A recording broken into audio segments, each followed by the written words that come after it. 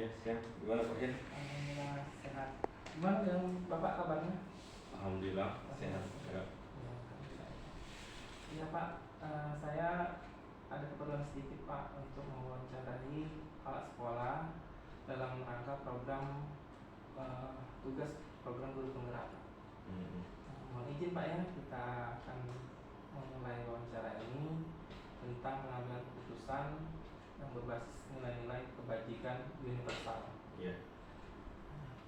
Pak, selama ini bagaimana Bapak mengidentifikasi kasus-kasus yang merupakan dilema etika? Ya, jadi terkadang ada beberapa hal dalam mengambil sebuah keputusan itu kita harus mempertimbangkan berbagai aspek. Terkadang begitu kita ingin memutuskan sebuah keputusan, aspek tersebut dipengaruhi oleh berbagai faktornya Pak.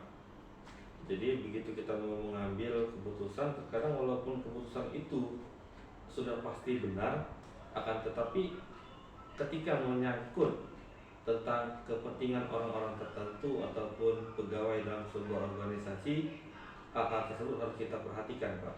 Karena baik menurut kita dalam sebuah keputusan terkadang belum tentu baik diterima oleh orang lain Pak.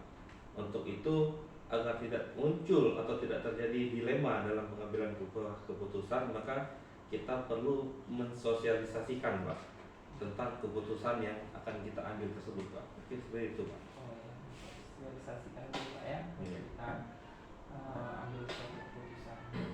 Nah, selama ini Pak, bagaimana Bapak menjalankan pengambilan keputusan di sekolah, terutama untuk kasus-kasus di mana ada dua kepentingan Pak, yang sama benar atau sama-sama mengandung nilai kebajikan? Iya. Jadi kalau keputusan antara sama-sama benar dan sama-sama mengandung kebajikan, maka saya rasa kita harus mendiskusikan terlebih dahulu Pak. Jadi mungkin kita adakan sebuah pertemuan dengan seluruh anggota organisasi. Kita jelaskan tentang tujuan yang ingin dicapai dari sebuah keputusan yang diambil, karena tujuannya itu menentukan Pak. Keputusan yang kita ambil itu pasti punya tujuan akhirnya Pak. Makanya kita jelaskan dulu tujuan yang ingin dicapai itu seperti apa sebelum kita mengambil keputusannya seperti apa. Untuk itu silahkan kita diskusikan terlebih dahulu. Kita minta masukan dari kawan-kawan yang ada dalam sebuah organisasi. Kemudian dari masukan dari mereka tersebut barulah kita saring, kita filter, kemudian kita analisis sehingga baru bisa diambil sebuah keputusan terbaik Pak. Insya Allah. Artinya langkah-langkahnya melalui rapat dulu lah Pak. Iya, baru betul. kita simpulkan apa yang mana yang terbaik itu. Terus hal-hal apa saja Pak yang selama ini Bapak anggap efektif dalam pengambilan keputusan pada kasus-kasus dilema etika itu Pak? Iya. Jadi ada banyak faktor, tapi saya selalu berpikir banyak kepala, ada banyak pemikiran Pak. Ada banyak perdebatan yang bisa terjadi apabila kita ingin mengambil sebuah keputusan. Ya. Ada beberapa cara yang mungkin kita bisa lakukan. Yang pertama, dalam komunikasi saya dengan para bawahan ataupun anggota organisasi itu harus baik dulu Pak. Karena kalau komunikasi saya dengan anggota organisasi tidak baik, maka keputusan yang diambil tersebut tidak akan bisa maksimal pastinya. Kenapa saya mengatakan tidak bisa maksimal? Karena sebuah keputusan itu harus mendapat dukungan dari seluruh anggota organisasi Pak. Seperti saya dengan Pak Hendra misalnya. Kalau Pak Hendra tidak respect dengan saya, apapun keputusan yang saya ambil pasti Pak Hendra tidak akan mendukungnya. Pasti ya kan?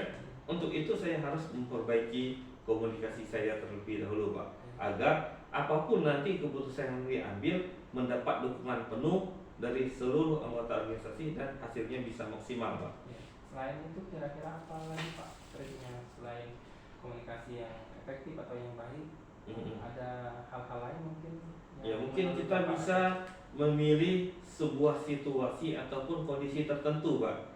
terkadang begini Pak, misalnya kita selesai sholat zuhur berjamaah, Ya. makanya saya jarang langsung keluar dari masjid ataupun musola sekolah begitu selesai kita sholat zuhur berjamaah. Di momen selesai sholat zuhur itu saya adakan lebih banyak mungkin berkomunikasi dengan kawan-kawan yang kebetulan pada saat itu hadir untuk sholat berjamaah Pak. Di momen tersebut diskusi kita akan lebih nyaman Pak, karena setelah beribadah kondisi fisik dan nurani kita itu pasti merasa nyaman ya kan Pak, karena komunikasinya juga akan lebih mudah, sehingga apapun yang saya sampaikan itu akan ditanggapi secara positif Pak, bukan sebaliknya, sehingga terkadang lebih mudah karena orang yang menerima informasinya sudah dalam posisi siap, sehingga keputusan yang saya sampaikan juga biasanya akan bisa diterima Pak. Mungkin seperti itu. Bagus juga itu Pak, artinya kita cari momen yang enak, yang santai ngobrolnya Iya. Pak ini Pak ya. Selanjutnya Pak, hal apa saja yang merupakan tantangan dalam pengambilan keputusan pada kasus dilema etika tersebut? Iya. Yang menjadi tantangan. Kemudian lagi kalau ingin ini menyangkut dengan kepentingan organisasi, kita harus bisa memisahkan Pak, mana yang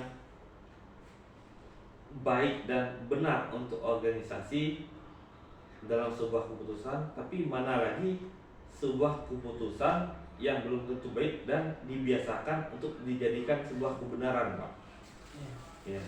Kembali lagi merujuk kepada peraturan yang bisa dirujuk sebelum kita mengambil keputusan tersebut Pak, sehingga walaupun mungkin belum mendapatkan dukungan secara penuh, tapi dengan rambu-rambu yang kita jadikan acuan, misalnya edaran gubernur, edaran kepala dinas ataupun kepala cabang dinas, itu bisa dijadikan dasar kita dalam mengambil sebuah keputusan Pak.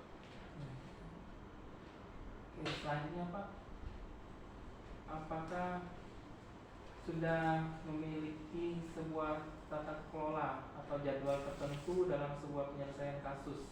Apakah Bapak langsung menyelesaikan di tempat atau memiliki sebuah jadwal untuk menyelesaikannya, atau bentuk apa prosedur seperti yang Bapak jelaskan tadi? Ya, jadi dalam menyelesaikan sebuah permasalahan yang melibatkan orang lain akan lebih baik diselesaikan tidak di waktu tersebut Pak. Jadi kita ambil suasana yang lebih baik dengan kepala dingin. Apakah misalnya saya dengan Pak Hendra, pada saat Pak Hendra melakukan hal-hal yang dianggap tidak wajar, maka saya harus memanggil Pak Hendra sebagai langkah pembinaan saya Pak. Saya tidak bisa berdiskusi dengan Pak Hendra kemudian menyampaikan hal-hal yang kurang pas terhadap Pak Hendra itu di depan orang ramai Pak. Di satu sisi itu tidak etis, juga di satu sisi juga bisa mempermalukan orang tersebut secara pribadi Pak. Untuk itu akan lebih baik saya mengambil keputusan menyelesaikan sebuah permasalahan itu misalnya di ruangan saya seperti ini Pak, sehingga diskusinya lebih nyaman, lebih santai, sehingga permasalahan yang mungkin dialami ataupun sedang dimiliki oleh Pak Hendra itu bisa saya dengarkan secara lebih baik Pak, sehingga mungkin bisa dicarikan solusi terbaiknya Pak. Mungkin seperti itu Pak. Artinya tidak serta-merta langsung menyelesaikan permasalahan tersebut Pak ya? Iya. Intinya cari situasi dan kondisi yang baik. Yang tepat gitu. Iya. Terus seumpama penyelesaian masalah atau keputusan itu urgent Pak, harus saat itulah dipecahkan atau diselesaikan, seperti apa Pak pengambilan keputusan? Ya, kalau memang ditunggu oleh sebuah jadwal ataupun deadline tertentu, maka saya harus bisa memilih Pak. Kalau memang pendekatan secara dialogis yang bisa saya lakukan itu sudah tidak memungkinkan lagi, maka saya berdasarkan kompetensi yang saya miliki dan dengan mengacu kembali kepada aturan yang telah ditetapkan, maka saya dengan pertimbangan beberapa mungkin pejabat di organisasi tersebut. Misalnya kalau di sekolah ada wakil kurikulum, koordinator kesiswaan, humas dan sarana, maka keputusan itu bisa diambil pada saat itu juga, Pak. Artinya bisa koordinasi secara cepat Pak Iya. dengan wakil-wakil Bapak. Iya. Oke Pak, selanjutnya adakah seseorang atau faktor-faktor apa yang selama ini mempermudah atau membantu Bapak dalam mengambil keputusan dalam kasus-kasus dilema etika itu? Ya, jadi faktor penentu ya yang pertama, pada saat kita memilih orang-orang yang akan membantu kita di level manajemen, itu merupakan orang yang harus pas, Pak. Jadi orang tersebut harus punya kompetensi yang memang sesuai dengan kondisi yang diharapkan, Pak. Ya. Jadi begitu saya butuh masukan saran pada saat diskusi, maka keputusan masukan yang mereka berikan pada saat itu mungkin merupakan salah satu faktor penentu yang mungkin belum bisa saya pikirkan pada saat itu, Pak. Ya. Oke. Kalau orang-orangnya siapa yang biasa Bapak ajak berdiskusi ataupun memecahkan suatu masalah? Ya, mungkin kalau di sekolah ini mungkin ada beberapa orang, tapi yang paling utama mungkin yang saya jadikan sparring diskusi atau teman diskusi itu mungkin ada Pak Muldovi sebagai wakil kurikulum, ada Pak Lutfi sebagai koordinator kesiswaan, dan Pak Taufik mungkin sebagai koordinator sarananya. Oke, mungkin ini pertanyaan terakhir Pak ya. Ya. Dari semua hal yang telah Bapak sampaikan, pembelajaran apa yang Bapak petik dari pengalaman yang Bapak telah lakukan dalam hal pengambilan keputusan Pak? Ya, jadi intinya dalam sebuah organisasi tersebut jangan dianggap seperti atasan dan bawahan, Pak. Jadi organisasi tersebut anggaplah sebuah keluarga, buat semua orang yang di dalamnya itu merasa nyaman dulu, Pak. Karena kalau orang merasa tidak nyaman berada di organisasi, misalnya di sekolah ini, pasti rasanya ingin pulang terus, Pak. Kerjanya tidak fokus, tidak maksimal,